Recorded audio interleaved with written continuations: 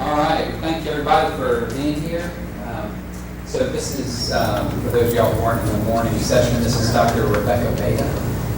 She is a Texas native,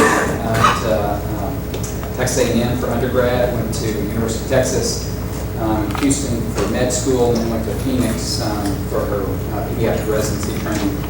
She came here for a year while her husband was finishing his, or he was doing his PharmD residency, and then she went back to University of Texas for her adolescent medicine fellowship. She stayed there and has continued to publish, has won a number of awards. She won the teaching award here while just 1 year that she was here.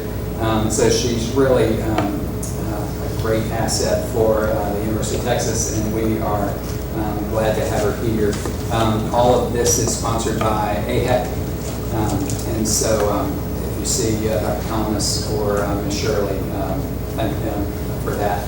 But Dr. Beyda is going to be talking about the juvenile justice system and our role as pediatricians, and we in the clinic see lots of teenagers who fit into this category, and so we're interested in what she has to say. Thank you so much for that warm introduction. I'm really excited to be here, and it was kind of a nice homecoming after having been here for a year, so it's good to see familiar faces. So we want to talk this afternoon about the current state of juvenile justice in the United States, Texas, and Louisiana. And then hopefully by the end of the talk you will feel comfortable diagnosing and treating youth who are either at risk or have been involved in the juvenile justice system with sexually transmitted infections, behavioral health problems. And I also want to propose some screening techniques and advocacy strategies you can use when working with post-detention youth or youth who are detained. Antonio House in 1983 or 93 made a decision that he would soon come to regret. He was just over 19 and a member of a gang on the south side of Chicago. He went to his normal corner where he usually sells drugs for the gang, and one of his friends told him that the boss needed him across the railroad tracks. So he drove down there, and fairly soon after driving down there, he realized he was being asked to be a lookout. In a decision that would alter the rest of his life, he chose to stay. He heard 8 gunshots, drove away when his boss had shot 2 rival gang members. So in Illinois, he was tried and found guilty and sentenced to life without parole. And while his case is not uncommon, 13% of all homicides are gang-related, while less than 1% of the population of the U.S. are involved in a gang, his case is interesting in that over 20 years later, he was retried based on some changes in the neuroscience literature that we know about brain development in youth and young adults. So, in teens, we know that the prefrontal cortex that is involved in reasoning and decision-making and self-control isn't really fully developed until the mid-20s. So he was able to be retried with this new body of literature. So we'll talk a little bit today about how neuroscience is kind of changing the way we look at juvenile offenders and kind of some different ways to rehabilitate and to work with youth. Wanted to go through the history of juvenile justice a little bit. The first house of refuge was established in 1825, and this was a place for wayward youth who were on the path to delinquency. So this was kind of an all-boys school.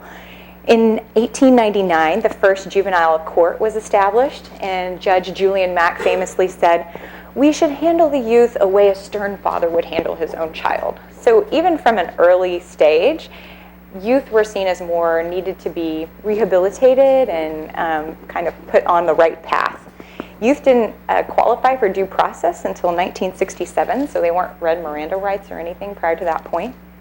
And unfortunately, the 80s held a pretty bad time for our teens. It was adult time for adult crimes, and the 90s was seen as the punishing decade, where you'll see a great spike in both youth and adult incarceration.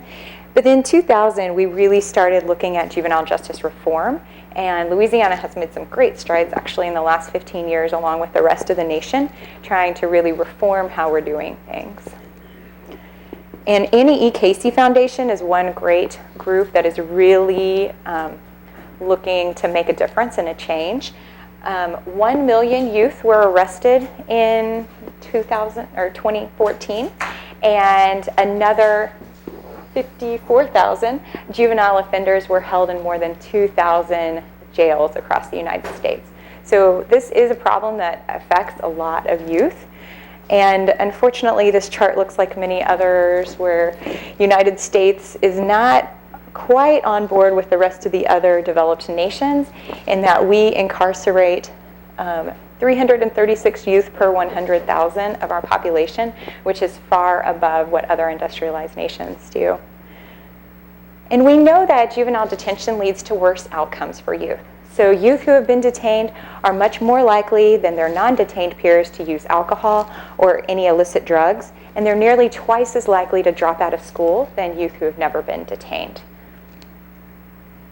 And the sentencing project really looked at the lifetime likelihood of imprisonment, and unfortunately juvenile justice along with adult justice really disproportionately affects minorities, specifically African Americans, in that 1 in 3 black men will be imprisoned in their lifetime. So looking at some good models for change and what's happening, Louisiana was selected about in 2004 as one of the models for change by the MacArthur Foundation. So it was one of 5 states that was selected for this program, and along in conjunction with the Vera Institute, have really expanded the use of evidence-based practices for teens involved in the justice system. They've adopted some best practice detention standards and also developed a data group. So they're really looking at the data and looking at what can be done. And they've adopted a very nice risk and needs assessment tools to help divert some of the youth out of the system. So we've seen a drastic decline over the last 10 years, over 77.9% decrease from 2004 in the number of youth who are detained. And we've also seen that translate to a decrease in youth commitments. So these are youth who are found guilty and basically sent to youth jail. So the difference between detention centers and jail. Detention centers, they sort of come and go, and they are on average in our detention center held for about 21 days. If youth are committed, that tends to be a longer sentence, so 2 to 3 years typically. But unfortunately, the youth population in Louisiana is similar into the population all over the United States, where minorities are overrepresented in the detention centers.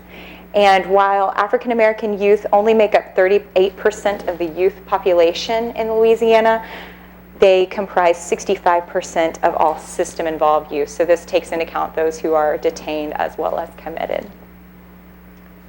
Texas, we have some similar decreases, and we also have similar profiles in terms of the ethnicity. Our graphs look similar. And we have seen a decline in the number of committed youth, and all the youth committed have been for felony offenses since 2008. Unfortunately, youth who are committed do test a lot lower than non-detained youth in terms of their IQ. While they were around 16 at the age of commitment, the last grade they completed was 8th grade, and they're reading on a 6th and 6th grade level on average, and math skills only 5th grade. So these really, I think, speaks a lot to the education system. We have a nice children's prison art project, and this came out of one of their workshops. I think that's just a gorgeous painting, a really neat poem. So I want to talk a little bit now about what happens when youth come into contact with the juvenile justice system. So they come into contact with the law enforcement, and one of 4 things can happen. They can either be immediately diverted from the system, released until trial, given assigned a juvenile detention alternative, or be detained. And once those things happen, they go to court. And at court, the judge will adjudicate them. So they'll either find them guilty or not guilty. And then from there, if they're found guilty, they can either be assigned probation. There's a lot of different probation programs, or they may be assigned a residential placement. Residential placements look like two different things. They can either be committed into one of the youth jails, or the residential placement may be sort of a rehab facility. So we have several around Harris County that are 6-9 month placements where we have a lot of different programming going on, counseling, and it can really, I think, sometimes be helpful for the youth in the residential placements. So there's a lot of opportunities to divert youth out of the system. These opportunities can happen at a number of different levels. So when youth get referred to the juvenile justice system through screening calls or the probation unit, they can hopefully get diverted at some point that way. When they're arrested, there's risk assessment tools that can assess the youth and decide whether or not this person has a higher likelihood of re-offending or if they could benefit from some probation programs. Also, when they're arrested, different facilities have different policies.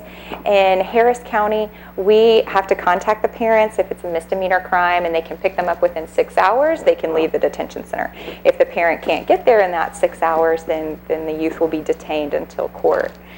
And then at the court hearing, there's also other opportunities to divert them out of the system and assign some different probation things. So one thing that the state of Louisiana has recently changed is they're using a nice risk assessment tool when youth initially come into the system. So it's the SAVRI, the Structured Assessment of Violence Risk in Youth, and that targets empirically based risk and needs factors that, if appropriately treated, may reduce a youth's risk for offending in the future. And it produces individualized plans for rehabilitation services for youth involved in the Office of Juvenile Justice. So I think this is a really nice tool that Louisiana is now using. We have some kind of interesting programs on the probation side, and kids, if they are found to be involved in a gang, can get assigned to the gang court. And within the gang court, they have specialized officers and probation officers that are used to dealing with gang-involved youth. And they have this really cool DTAG program that allows for free tattoo removal in exchange for community service for youth who are willing to get out of the gang. And they say sometimes that's the hardest part, is getting them out of the gang. So I was encountering one youth who just told me it would be impossible for him to get out. He got in when he was 11 because of his brother, and unfortunately he had type 1 diabetes, and so while he was detained with us, his diabetes control was amazing, but because he knew what to do and how to take the medication, but he just felt like it would be impossible to get out. And the gangs, he said his mom looked into sending him either to Mexico or Chicago, but the gang was there as well. So it can be really difficult for youth to get out.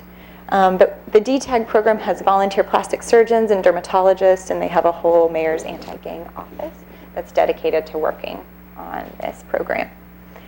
And I am involved in the Society for Adolescent Health and Medicine. We have a whole special interest group that is focused on juvenile detention and alternatives. And one of my colleagues in Canada pointed out these two programs that they have.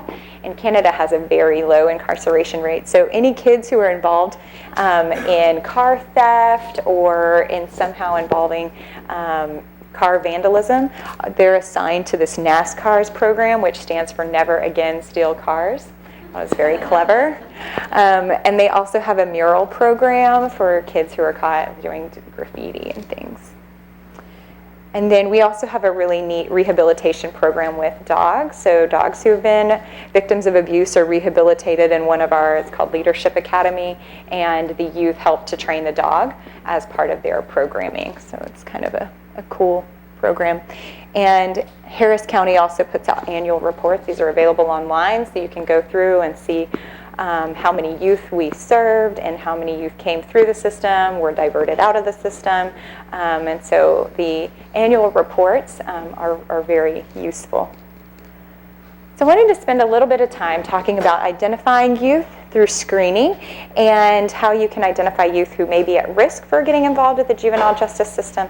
And then once you identify some needs, how you can help address some of these needs. We know that detained youth have poorer health outcomes than their non-detained peers. So we do automatic screening of gonorrhea and chlamydia for all the youth who come into the detention center. I'm one of the adolescent medicine providers, and we are contracted with our Harris County Juvenile Detention Center, and so we spend nearly every morning in the detention center working with the pediatric residents and seeing all the youth who come through the Harris County Detention Center. And we have seen these numbers as well, that 15% of the girls that come through test positive for chlamydia, about 50% have tooth decay, 85% report a history of illegal drug use, and then 67% have some type of mental health disorder. And that ranges from ADHD to depression to bipolar and schizophrenia.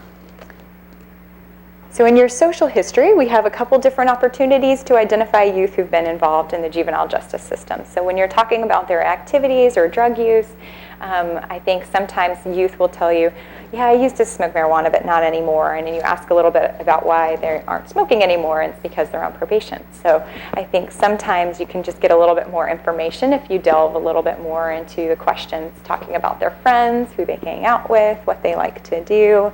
And so that can be helpful. And in Louisiana, you can provide confidential services for substance use screening and treatment for abuse, and also sexually transmitted infection screening, as well as treatment for those infections, and mental health screening and treatment, typically unless they're suicidal or homicidal. And in terms of the need for substance use screening and abuse, this affects a lot of youth. And I heard yesterday that California is like the second state to raise the legal age of smoking to 21. So they have, I think it will be helpful for their youth to try to not introduce them to cigarettes at a younger age. So they have increased the age of smoking. But most of the time, 18-year-olds can go out and buy cigarettes. And so we see that cigarettes are the #1 substance used by youth, over 800,000 on a given day, followed by marijuana, and then alcohol after that. And unfortunately, teens are at the greatest risk group for starting illicit substances and becoming further drug users in the future.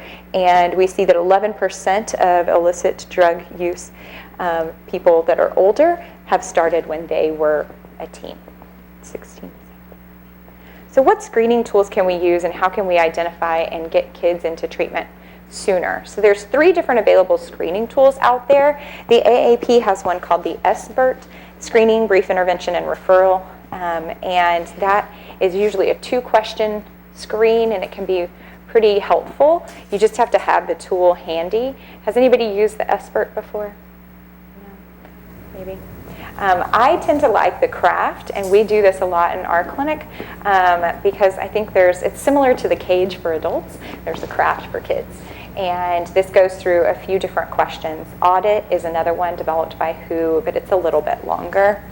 So the CRAFFT stands for car, relax, alone, friends and family, forget, and trouble.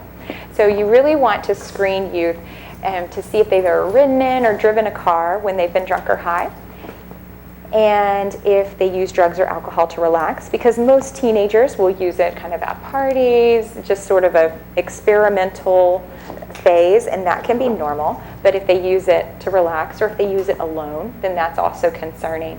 Have their friends or family ever told them to stop using? Have you ever forgotten anything that you've done when you've been involved with drugs or alcohol? So have you ever blacked out? A lot of kids are like, what do you mean forget? And then, have you ever gotten into trouble? And I usually say trouble in terms of with your parents or with the law. And so that's another place where you can pick up some youth who have been involved in the juvenile justice system, is when you're going through your CRAFFT.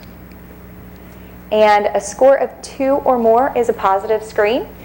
And they have shown that the more positives you have, the higher probability you have of having a diagnosis of drug abuse or dependence.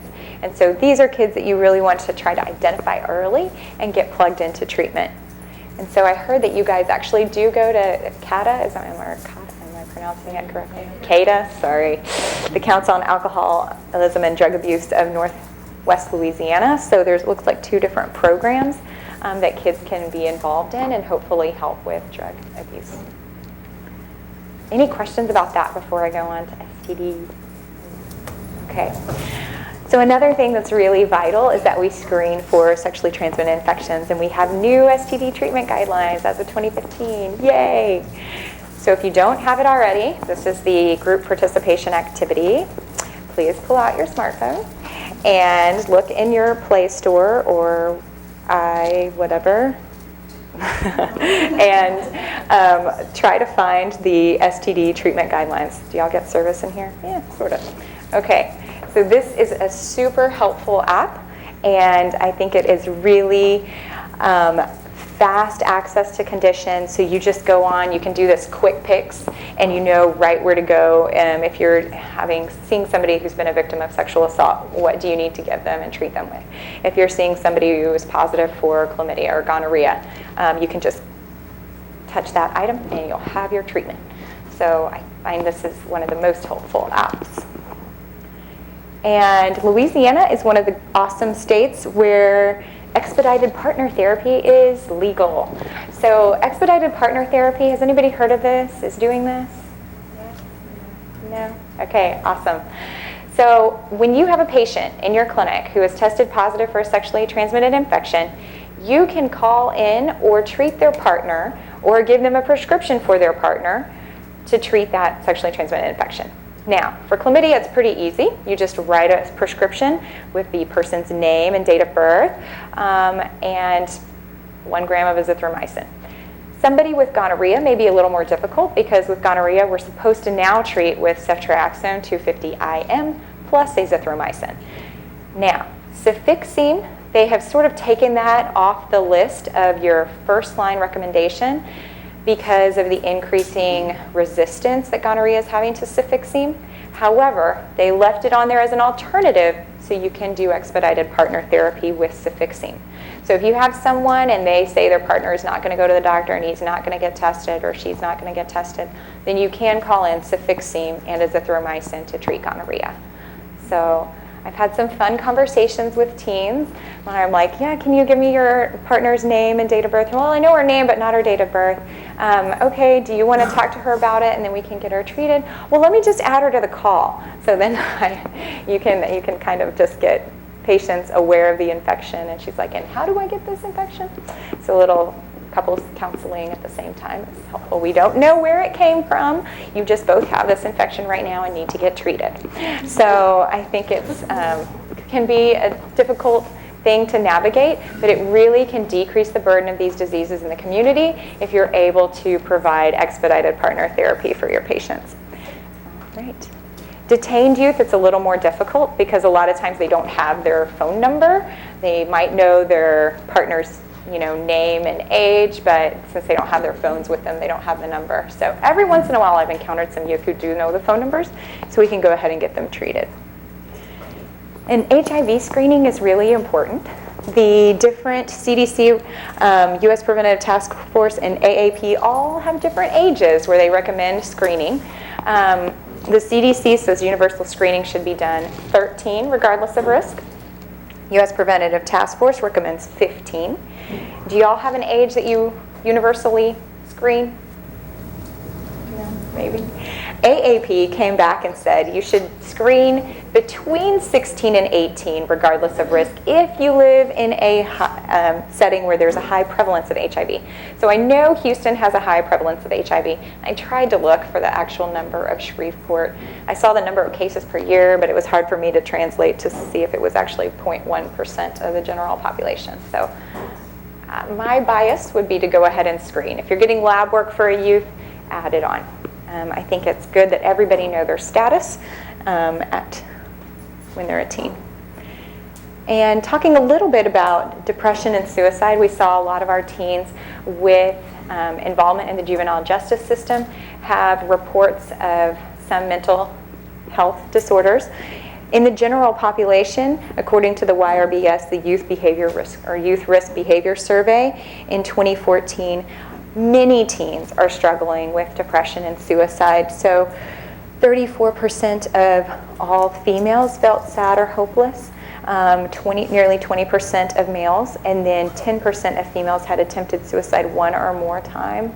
and then 5% of males. So this affects a lot of teens, and I think routinely screening youth for mental health is very important. A few different resources I found online that are sort of national is there's Mental Health America, and y'all may have some more things that are more specific to your region, but I think it's really important to get teens plugged into counseling, plus or minus psychiatry if merited. Okay. Now I'm going to spend the last half of my talk kind of talking a little bit about healthcare and advocacy in juvenile justice, and I think this is where I spend a lot of my time as a provider, and I think there's a lot of work that has been done and a lot of work still to be done in juvenile justice. In Harris County, in our juvenile detention center, we have 24/7 nursing, and then we have medical visits provided in the morning by a physician, and our pediatric residents help with those. When I was, I think, a second-year fellow, I was seeing a patient, and as I mentioned before, we automatically screen everyone for gonorrhea and chlamydia, and we do pregnancy tests on girls. And it was a 16-year-old young lady, and I looked through her chart, and unfortunately, she was pregnant. So I was bringing her in to talk to her about becoming pregnant. And I looked back through, and I'd seen that she was with us a year ago and had tested positive for chlamydia. And the resident had beautifully drawn on the back kind of, it's really important to use condoms because of your risk for pregnancy and your risk of HIV and other sexually transmitted infections. And so I encouraged her when I was seeing her and talking about her pregnancy that we needed to get her tested for HIV and syphilis. And it just broke my heart when I had to tell her that she had HIV 2 days later.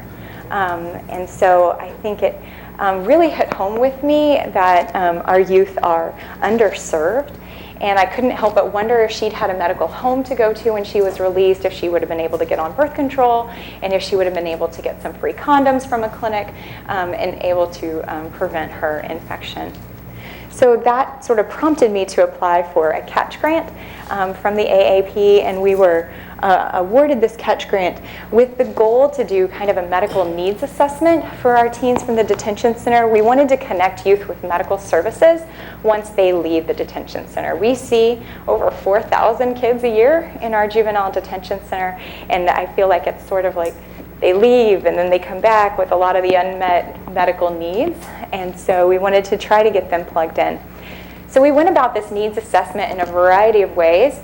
We first looked at the medical needs of detained youth, and then we did some parent and youth surveys. So I had some bright medical students working with me over the summer that called parents and interviewed the teens.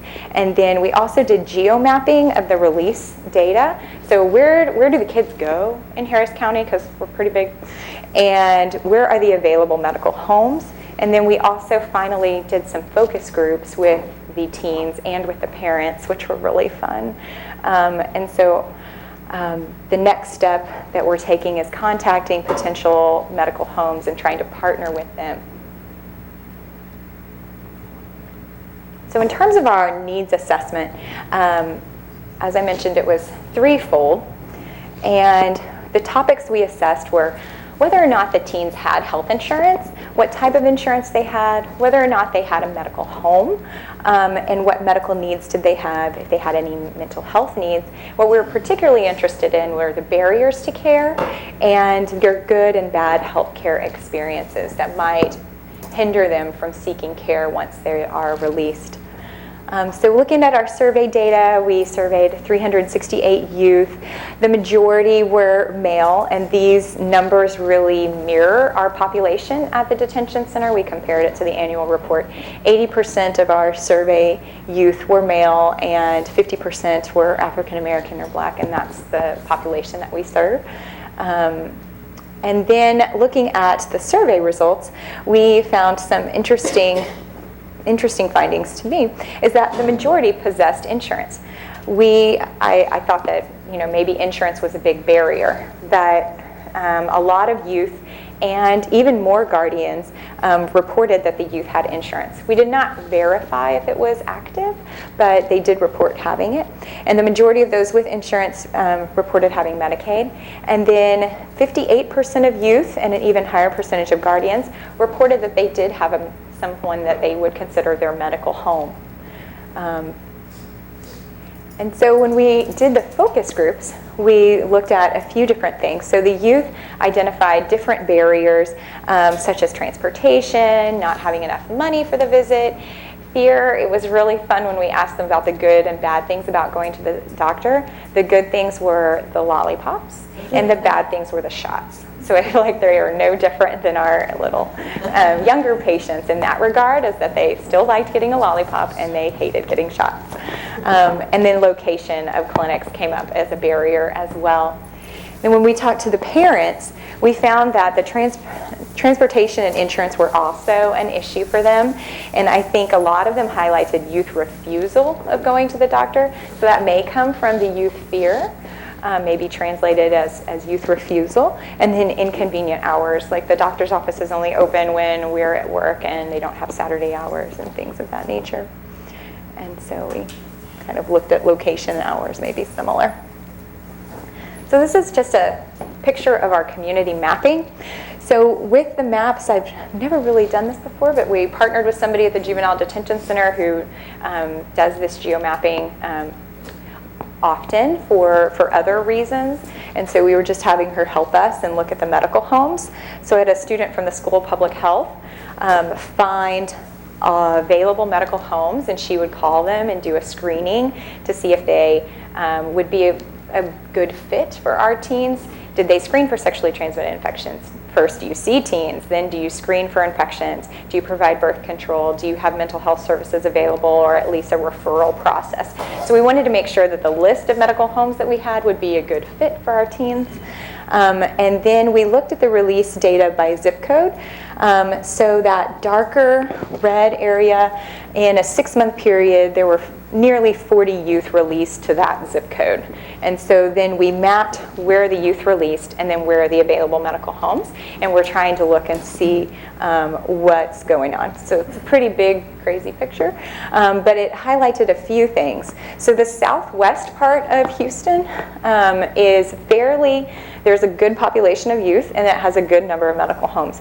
However, the northeast part, there is a pocket of youth where they don't really have very many medical homes up in that area. So we're trying to reach out to the clinics that are in that area, but have noticed that there is a paucity of care there.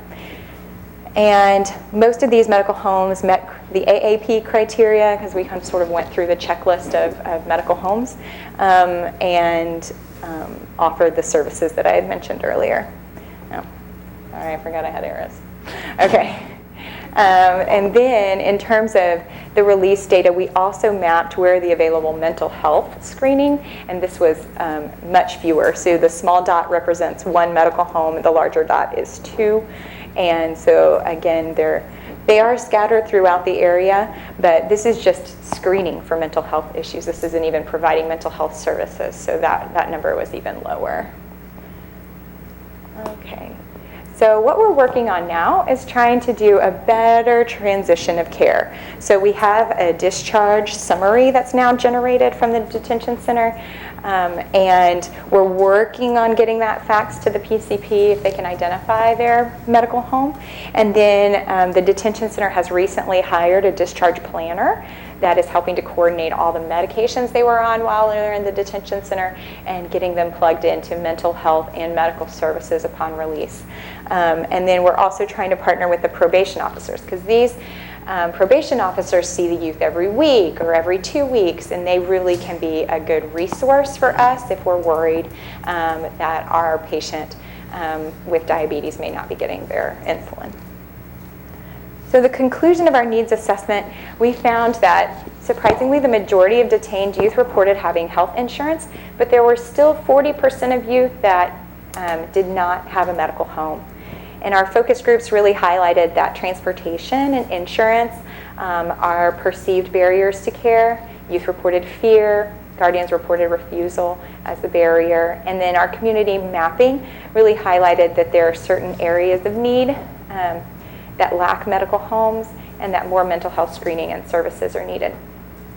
So our next steps, I was thankfully just awarded an implementation grant from the CATCH program, and we're going to work on really partnering with more teen clinics, and we want to get a website going that teens can access information and care, and also engage community partners and hopefully form a coalition of providers and of other community groups that are committed to decreasing the juveniles in the detention center.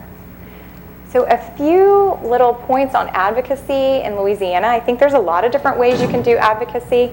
The advocacy can come from within your system. If you're able to work with the detention center and talk with the youth and provide them with services, I think is one great step. Other places for advocacy are more with policy. And I was really excited to see that Louisiana has, they were putting forth a bill. It was one of 9 states that still excluded 17-year-olds from the juvenile justice system for all offenses, even for the most minor. So if you remember Mr. Antonio House from the beginning, he was 19, and it was one of the actual rare cases of a 19-year-old being looked at in terms of still having not enough reasoning as adults. But 17-year-olds were still excluded from the juvenile justice system in Louisiana. But the Senate passed the Raise the Age Act in May, and then the House passed it in June. So now it just needs the governor's signature, and I think he is supportive of it. So hopefully this will pass soon. So you might see, when they're looking at the data, a little bit of an uptick of the number of youth involved in the juvenile justice system, but remember, they're now incorporating 17-year-olds. So that might account for some of that. And the Louisiana Center for Children's Rights is really, I was very impressed with their website and what they're doing. And there are a lot of policies out there in terms of right-sizing the juvenile justice systems. This is trying to decrease the number of facilities and making sure that they are youth-friendly, fairness for children in the juvenile justice system. And there's just a lot of activity going on to help transform juvenile justice in Louisiana. So I thought that was pretty awesome. So in summary, juvenile justice reforms rapidly occurring on a national level. Advocates for alternatives to incarceration for youth. You can support policy changes and policy reform, as well as programming alternatives. And just know that detained youth have increased health needs, including higher rates of substance use, higher rates of sexually transmitted infections, and mental health needs compared to non-detained youth. And we want to be sure that we screen youth for prior involvement in the juvenile justice system and help provide a medical home. So I have a big team that I wanted to thank. First, the AAP for giving us the CATCH grant. Our Harris County Juvenile Justice System is really amazing. They have some nurses and staff who've been there for a long time. The other adolescent providers I work with. And then we were awarded some funding from DISRIP to help establish a medical home for post-detention and at-risk youth. So we're in the process.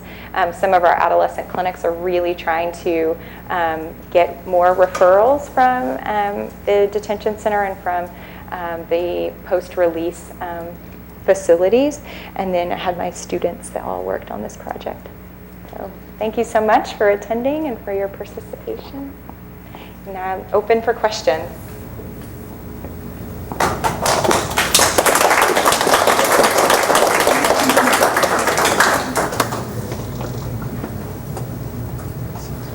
Yes, ma'am. There was a recent article that was published in, I think, the Journal of the Lancet on depression and treatment in adolescents and how most antidepressants were showing no improvement and only fluoxetine seemed to be the one that was helping them. Have you noticed anything, or have y'all looked at that research to try and, I guess, give it to the juvenile justice system to help them? Yeah, that's a great point. So I don't know if I need to repeat the question. Okay. So looking at, I haven't seen that article specifically, but I do know that we also work really closely with the mental health providers in the juvenile justice system. There is a psychiatrist who tries to figure out medication regimens. A lot of youth will come in on a lot of medications. Some have stopped taking medicines altogether. But I do know that perceived medicine's not working, and it may actually be medications not working, is a barrier for a lot of youth. And anecdotally, we see a good number of youth who are depressed. Some of it is situational, if it's their first time in the detention center, if they're dealing with a lot of life circumstances, they can find themselves in the detention center for a lot of those reasons, and that may cause some depression as well. But I do think I really try to work, we're trying to integrate our behavioral health services, and so our clinic is in the same space as the counselor and the child psychiatrist. And then we meet once a month to talk about our mutual cases, and try to really facilitate trying to partner counseling and medication in treatment of depression, and wherever we can help in terms of medical services, we try to pull in. I would advocate for pediatricians, because there are not enough child and adolescent psychiatrists. I don't know if y'all have seen that paucity here, but it is sorely lacking. So if you can become comfortable screening, diagnosing, and treating anxiety and depression, as long as you've ruled out other comorbid factors, I think that is a great service that you would be able to provide your teens. Obviously, it will take frequent follow-up, so you have to follow them up in a week and 2 weeks and titrate medication appropriately. But I think if you can get comfortable and gain experience with fluoxetine or other SSRIs that I know are FDA approved for anxiety and depression, it will be a nice service you could provide your teens. Yes, ma'am. When you screen for the STDs, do you do urine screen or a double screen? We do urine. So we know that with the urine NAT, so we do the urine nucleic acid amplification test, that we might be missing a few girls. So the boys' urine has fared, I think is actually superior to doing a penile swab, and so it's also much more tolerated. And then for the girls, some facilities advocate self-swabs for the girls, so doing a vaginal swab that has been shown to be just as good as provider swabs. So, and it has a slightly higher sensitivity and specificity for gonorrhea and chlamydia in girls. The urine we know is 92 to 93% effective in screening for the urine NAT. So we go ahead in terms of trying to get everyone screened to go ahead and do the urine for both boys and girls. And we've recently received a grant and are starting to screen for trichomonas in boys and girls. And so there's some literature that came out of California that about 25% of the adult women population have trichomonas in the jails. And so I think it's usually underscreened, and we know our wet mount's only 60-70% effective in a seasoned person who's good at looking at wet mounts. So the urine, we can now send it for trichomonas as well, and it has a higher sensitivity and specificity. So they get all three. And then we'll see, we try to, I think detained young women are a subset of women that are particularly vulnerable and often have been victims of abuse in the past. So we do see them down, but we don't routinely do pelvic exams on everyone unless there's a complaint. But obviously, if they're complaining of discharge, then we'll proceed. Yeah, good question. Blood work. Serum, how often do y'all screen? Right. So we do not routinely check for HIV. There's been a lot of talk, and a lot of people want to routinely screen for HIV. We usually offer it to every person who gets an intake physical. With our detention center, you come in and you might leave even before seeing a doctor. So they automatically get this medical intake within 24 hours by the nurse, but they don't get put up to see the doctor within a week to 2 weeks. So there was some worry about screening and not being able to find youth that are positive for HIV, which is part of the reason that we don't do it on intake, because they might pee in a cup and draw their blood, and then they leave 12 hours later. So we fax all the positive gonorrhea and chlamydia to the city of Houston, and they help to track them down. But we don't routinely screen everybody for HIV, except if they're going to placement. So if they have been assigned a residential placement, then they have to get their blood work drawn. And some kids, it's interesting with the 4th generation HIV screen. I don't know if y'all are using the 4th generation. It has a number of more false positives than 3rd generation, but it detects HIV earlier. But we have had at least 3 false positives within the last year that I can remember. So it creates a little bit of concern on the patient's part, retesting, checking, months apart. But I think it is good, and we may go to universal screening at some point if we could do the quick for sure would be awesome. But we don't have that funding just yet. You screen for syphilis? Yes. Yeah, so we go ahead and get a double. We send them across the hall for the double when we get HIV and syphilis, because Houston has a fairly high prevalence of syphilis.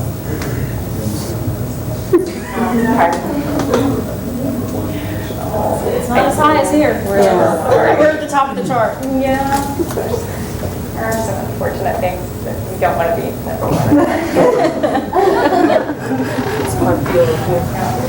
All right, anybody else? All right, well, thanks so much for coming. Thank you.